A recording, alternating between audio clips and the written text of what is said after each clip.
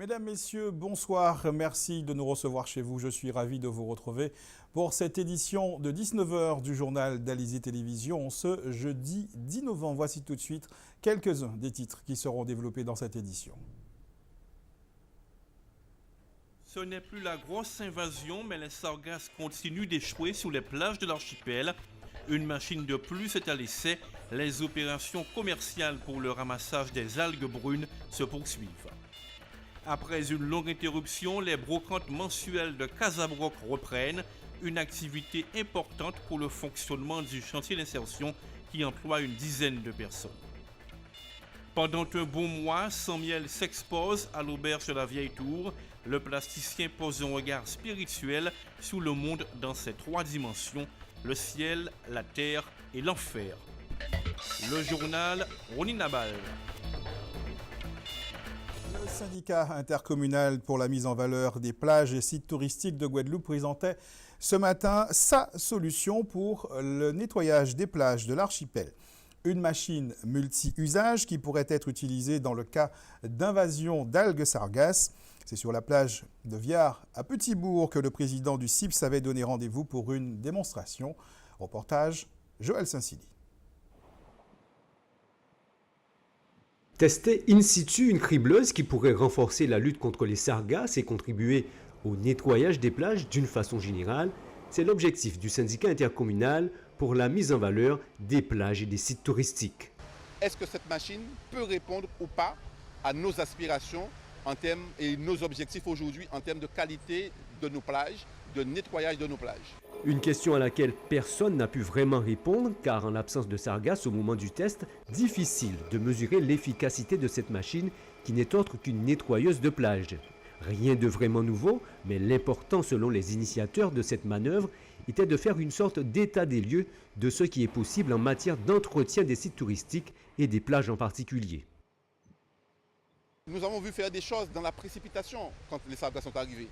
Il faut qu'on arrête cette politique d'urgence. Le CIPS, c'est notre vocation, accompagner les communes dans leur choix. Accompagner les communes dans leur choix d'entretien, de gestion, etc. Donc c'est toute une démarche que nous avons entreprise. Je rappelle que nous sortons d'études sur les profils des eaux de baignade, où nous savons aujourd'hui exactement les plages qui ont de bons profils, ceux qui ont des profils plus difficiles, celles sur lesquelles il va falloir des interventions. Maintenant, nous attaquons au problème sargasse, mais aussi au problème carrément du nettoyage de la plage. Il faut qu'on arrête de croire qu'on va avoir une Guadeloupe belles eaux, Guadeloupe balnéaire, avec tous les enjeux économiques et de l'activité qu'il y a. Si nous n'arrivons pas à faire ce que font nos voisins, ils entretiennent leur plage au quotidien, ils sont efficaces, ils ont des machines efficaces. Nous sommes là pour cela. Parmi les observateurs, peu nombreux il faut le dire, des représentants de collectivités locales pas vraiment convaincus de l'efficacité de la machine dont le coût est estimé à 40 000 €. Pour l'instant, d'après ce que je vois, c'est pas mal, mais je ne sais pas si a priori les fonctions seront assez intéressantes pour qu'on s'y intéresse. Je ne peux pas vous répondre pour la ville du Gosier, puisque c'est le maire qui donc doit être en charge de cela. Mais je n'ai pas encore une idée bien arrêtée là-dessus. Il fallait tester cette cribleuse, cela a été fait sous la houlette du fournisseur, ce qui a donné à cette démonstration une couleur un peu commerciale.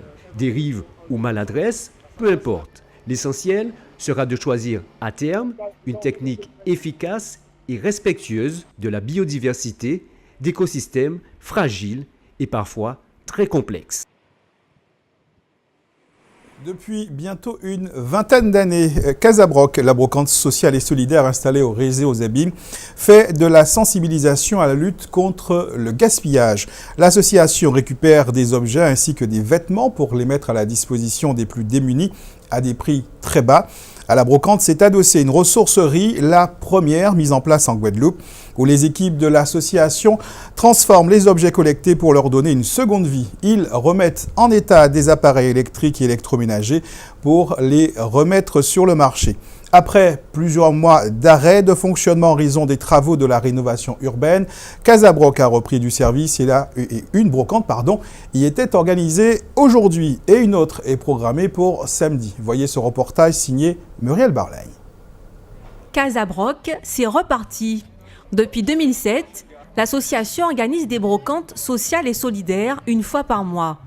Elle était en stand-by à cause des travaux réalisés dans le cadre de la rénovation urbaine à Rézé.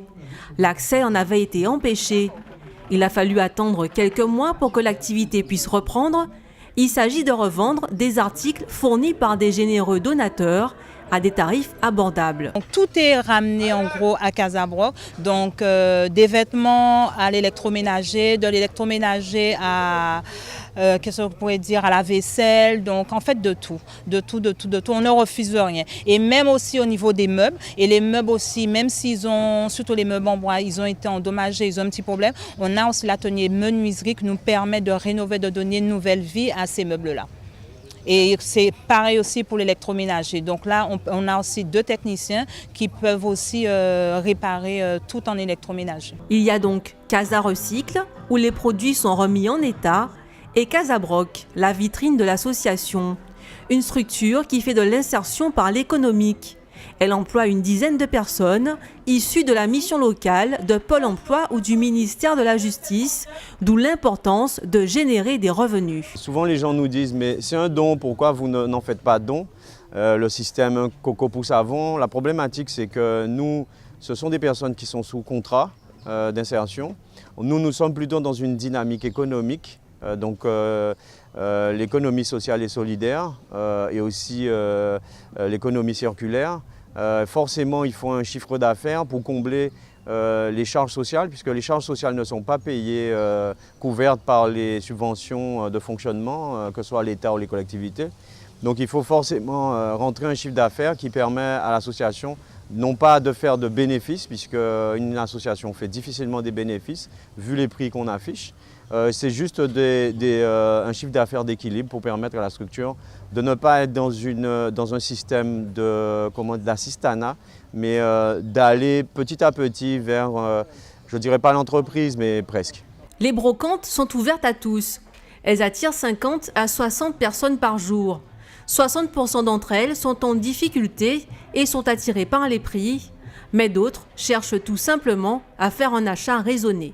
C'est une très bonne chose parce que des fois, il y a certains appareils qui sont pas très abîmés ou qui peuvent fonctionner. Et ici, on arrive à les réparer et à les remettre en circuit. Donc, c'est une très bonne chose. C'est bon pour l'écologie. Cette brocante était aussi l'occasion de profiter de ventes flash, d'un atelier dessin pour les enfants et d'une foire au gâteau. Pascale Joly, vice-présidente de l'association contre le silence et l'oubli, était l'invitée de notre journal d'hier soir. Avec elle, nous avons évoqué le projet mémoriel dédié au cimetière d'esclaves de la plage des Raisins Clairs à Saint-François et de la manifestation Baude-Lambay pas loin, programmée demain sur le site. Je vous propose de l'écouter. La grande difficulté, c'est que pour l'instant, nous ne sentons pas encore suffisamment la volonté politique. Comme je l'ai dit tout à l'heure, l'État a entrepris des travaux provisoires et d'urgence, mais il n'y a pas de dynamique de projet pour l'instant mise en place par les pouvoirs publics. Or, nous sommes sur du domaine public, donc on connaît les règles de la République française, c'est l'inaliénabilité du domaine public. Donc nous voulons que ça aille vite. Et c'est ce que nous allons, il appartient donc à la population de nous accompagner, nous, associations contre le silence et l'oubli, pour faire en sorte de faire pression sur les pouvoirs publics pour qu'ils s'emparent de ce problème qui est urgent. Alors, vous donnez rendez-vous justement à la population ce vendredi 11 novembre sur le site pour une manifestation intitulée « Baude-Lambay pas loin ». Quel sera le contenu de la manifestation ? Alors, la manifestation Baude-Lambay pas loin sera l'occasion justement de rassembler toutes les parties prenantes sur ce dossier. Donc, les collectivités, les pouvoirs publics locaux, donc communes de Saint-François, conseil départemental, conseil régional, l'État à travers la DAC, les archéologues qui ont effectué les fouilles et bien évidemment la population guadeloupéenne. Donc nous allons nous retrouver à 15h autour d'une table ronde pour échanger, pour faire le bilan. Ça ira, j'ai envie de dire, assez vite puisqu'on sait ce qu'on n'a pas fait, mais surtout pour envisager les perspectives. Et ensuite, nous rendrons hommage à nos morts. donc à travers une cérémonie mémorielle qui se terminera par un coup de tambour, comme nous savons le faire ici. Il est prévu, je crois, la pose d'une première pierre? Alors c'est une pose de première pierre symbolique, c'est la façon dont nous avons imaginé la manifestation. Il n'y a pas de première pierre réelle, mais c'est justement une manière de rappeler déjà aux Guadeloupéens le souvenir de ce qui s'est passé l'an dernier, qu'on n'oublie pas, et exercer cette pression sur les pouvoirs publics. C'est un dossier qui intéresse considérablement la population. On a vu les mois que cela a suscité l'an dernier. On voit des mouvements culturels, comme on dit chez nous, qui se sont emparés du dossier, comme par exemple le mouvement culturel Cléla, qui a choisi ce thème pour le dimanche gras, pour le carnaval, ou encore Mascaclé, qui, à l'occasion du mois de mai, mois de mémoire, avait organisé un rallye autour des cimetières. Donc c'est une question préoccupante. C'est pour cela que nous parlons d'une pose de première pierre, parce que justement, il nous faut arriver à ce projet mémoriel dans un laps de temps très court. Dans un instant, nous irons à l'auberge La Vieille Tour, au Gosier, à la rencontre du plasticien Daniel Sambiel. Mais tout de suite, place à notre tour d'horizon de l'actualité dans la grande région. Retour pour commencer sur le meurtre de Patrice Clette il y a 2 jours en Guyane. C'est votre rendez-vous Caraïbe. 2 jours après la mort de Patrice Clette, la Guyane est encore sous le choc. L'ancien conseiller général du canton Sinnamary-Saint-Élie et secrétaire général adjoint de Walwari, le parti politique cofondé par Christiane Taubira, a été abattu chez lui à Remire-Montjoly mardi 8 novembre en présence de son épouse et de ses 3 enfants. C'est lors d'une tentative de cambriolage que Patrice Clette, 45 ans, a été tué d'une balle en pleine tête pour avoir refusé de céder aux injonctions répétées d'un jeune homme armé de fusils à canon scié. Ce dernier et 2 autres personnes ont pris la fuite à pied une fois leur forfait accompli. Un paradoxe quand on sait que l'action politique de Patrice Clette, ancien dirigeant sportif, a été en grande partie consacrée à la jeunesse. La nouvelle a mis en émoi toute la Guyane. À Paris, après avoir reçu des parlementaires guyanais, le ministre de l'Intérieur a annoncé dans un communiqué que des moyens matériels et supplémentaires viendront s'ajouter à la 50aine de policiers et gendarmes affectés en Guyane depuis le début de l'année. Le meurtre de Patrice Clette survient dans des conditions identiques à celui d'une autre personnalité guyanaise. Le 16 juillet dernier, l'ancien conseiller régional Maurice Chentenyou avait trouvé la mort à son domicile de Cayenne lors d'une tentative de braquage. Depuis le début de l'année, 39 personnes ont été tuées en Guyane. Il a 37 ans, il s'appelle Ricardo Rossello et depuis le 8 novembre, il est le nouveau gouverneur de Porto Rico. Membre du Parti populaire démocrate de formation scientifique, Ricardo Rossello a été élu avec près de 42% des voix contre 40% à David Bernier, son principal adversaire. Sa campagne électorale a été menée sur la question du statut de Porto Rico, qu'il espère devenir le 51e État des États-Unis. Un vœu caressé en son temps par son père, lui-même ancien gouverneur de l'île. Durant sa campagne, Ricardo Rossello n'a eu de cesse de dénoncer le fait que les 3 millions d'électeurs portoricains ne puissent prendre part à l'élection du président des États-Unis. Porto Rico est un État libre mais associé aux États-Unis. Ses habitants ont la nationalité américaine mais n'en possèdent pas la citoyenneté. Comme les îles Vierges et Porto Rico notamment, les États-Unis d'Amérique possèdent aux Antilles mais aussi dans l'océan Pacifique des territoires qui ne dépendent d'aucun des 50 États que compte le pays. L'annonce sérieuse vient de Michelle Bachelet, la présidente du Chili elle-même. Le métro de Santiago va bientôt rouler grâce à l'énergie solaire et l'énergie éolienne. Le métro de Santiago, la capitale chilienne, est loin d'être un petit train pour touristes. Il compte 5 lignes, 108 stations, 110 km de rails et embarque plus de 2 millions de passagers par jour. Dans un premier temps, l'objectif des autorités chiliennes est de porter dès 2018 à 60% la part des énergies renouvelables alimentant le métro de Santiago. Pour atteindre une telle performance en si peu de temps, le désert d'Atacama va accueillir 2 nouvelles centrales, Pelicanio, une centrale photovoltaïque qui produira 42% de l'énergie nécessaire au métro, et San Juan, un parc éolien qui fournira 18% de l'énergie totale. Le métro de Santiago deviendra alors le premier au monde à rouler grâce en grande partie aux énergies vertes. Pour en arriver là, 500 millions d'euros devront être investis. Errare Humanum Est, c'est l'intitulé de la nouvelle exposition de l'artiste peintre Daniel Sammiel. Une trentaine d'œuvres qu'il présente à l'auberge de la Vieille Tour au Gosier jusqu'au 28 de ce mois. Plasticien autodidacte, Sammiel propose son regard sur le monde à travers ses toiles depuis une trentaine d'années maintenant. Ses dernières œuvres côtoient celles déjà présentées dans 2 précédentes expositions. Reportage au Gosier signé Muriel Barlagne. Errare humanum est, comprendre, l'erreur est humaine. Sammiel a fait de l'expression latine le thème de sa nouvelle collection, le prolongement d'une réflexion entamée dans les années 90. Un regard sur le monde dans ses différentes composantes. La terre prise entre le ciel ou le monde d'en haut et l'enfer ou le monde d'en bas. À travers son travail, l'artiste tente de décrire l'interaction entre ces 3 univers. Dans Errare Humanum Est, moi je fais la distinction entre 2 termes.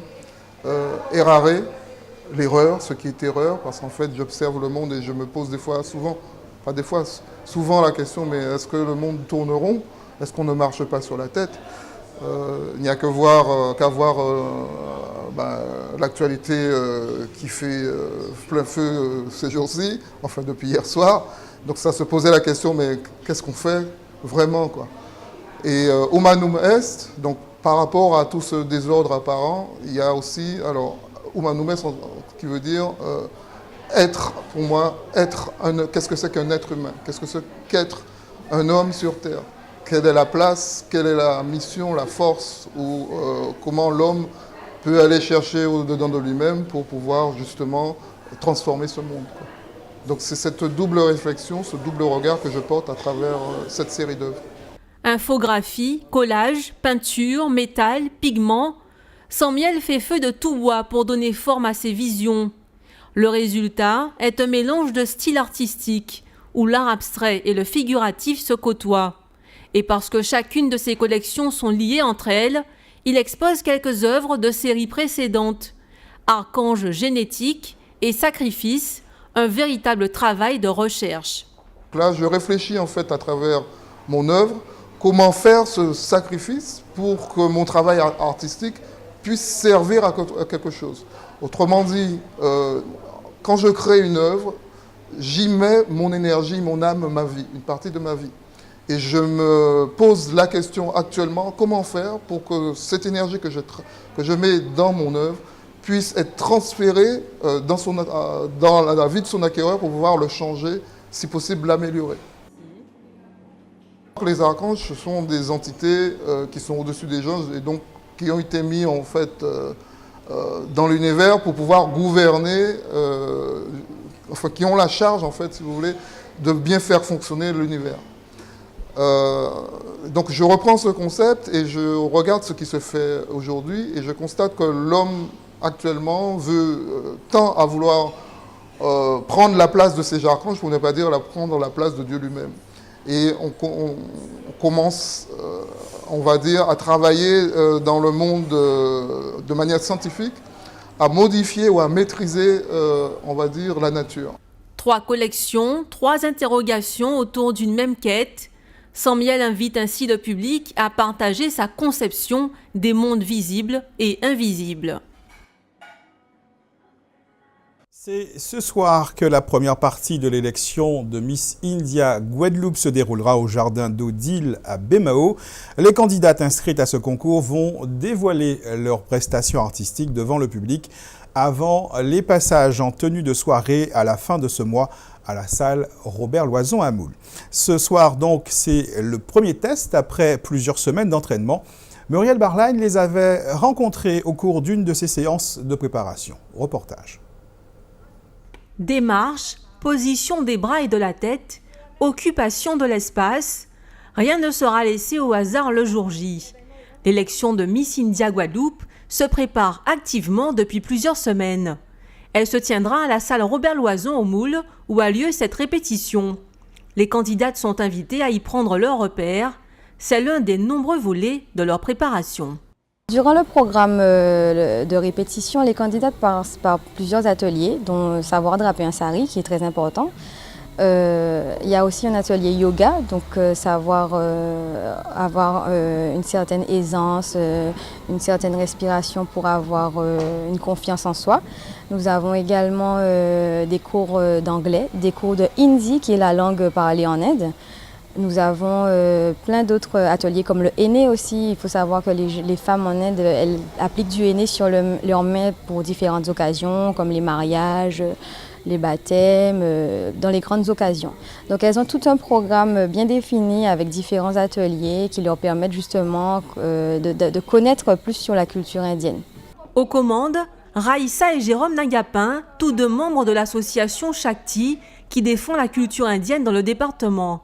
Il y a 7 ans, elle a été sollicitée par l'organisateur de Miss India USA, l'India Festival Committee, pour mettre en place Miss India Guadeloupe et Miss India Martinique. Le concours qui cherche à mettre en valeur l'identité indienne à travers le monde n'est pourtant pas communautaire et cette année, il s'ouvre à un plus large public. 2 nouvelles catégories sont proposées. Miss Teen India s'adresse aux moins de 16 ans et Mrs India aux femmes mariées ayant eu des enfants ou étant âgées de plus de 28 ans. Ainsi, Nelly Golapkan, 34 ans et maman, peut tenter sa chance au même titre que Audrey Nisus, 27 ans, ou Laure Merrill, 15 ans. Participer à l'élection déjà me tient à cœur puisque c'est représenter la femme indienne dans son élégance, sa douceur et sa force. Donc, je suis issue d'une famille indienne et cette année, cette élection, je la dédie à ma grand-mère que j'ai perdue récemment. Elle était très contente que je participe à cette élection parce que ça représente sa culture, la sienne, ou dans celle dans laquelle elle a grandi. Et je serais vraiment fière de pouvoir remporter cette élection pour sa mémoire. Aussi, j'ai des origines indiennes et ça me tient à cœur, surtout pour mon grand-père qui est indien.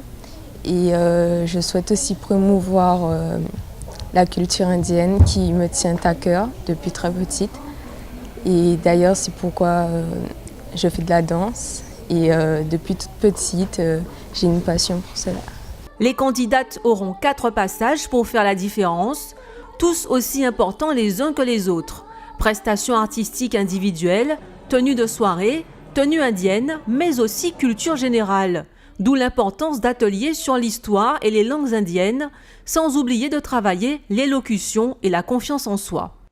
On veut des candidates qui soient naturelles avant tout, donc pas de superflu, pas d'artificiel. On veut des candidates naturelles et qui aient confiance en soi, de façon que si elles sont devant une caméra comme moi-même aujourd'hui, elles puissent pouvoir répondre spontanément. L'un des enjeux de ce concours, briller à l'international, car Miss India Guadeloupe et Mrs India Guadeloupe partiront défendre les couleurs de l'archipel à Miss India Worldwide et Mrs India Worldwide en 2017. Prochain rendez-vous donc en fin de mois, ce sera à la salle Robert Loison à Moule. Ce sont les habitants de Sainte-Anne qui seront privés d'eau potable ce soir entre 22h et 6h demain matin. Demain soir, ce sont les habitants de l'ouest du Gosier et de Mathurin qui n'auront pas d'eau au robinet. Il s'agit des délestages programmés par le SIAG sur le réseau en raison des travaux qui se déroulent actuellement au niveau de l'usine de Des-Hauteurs à Sainte-Anne. Un point sur la météo pour clore cette édition. Le ciel devrait être voilé ce soir, mais pas de précipitations prévues. La nuit sera donc agréable. Demain vendredi dans la matinée, le ciel devrait être changeant, mais le soleil sera bien présent dans l'après-midi. Côté qualité de l'air, nous ne sommes pas dans le vert, mais c'est quand même du bon, avec un indice Atmo de 4 annoncé par Guader. Passez une bonne soirée sur Alizé Télévision. Je vous souhaite de passer donc une bonne soirée. On se retrouve demain à 19h pour un nouveau point sur l'actualité locale et régionale.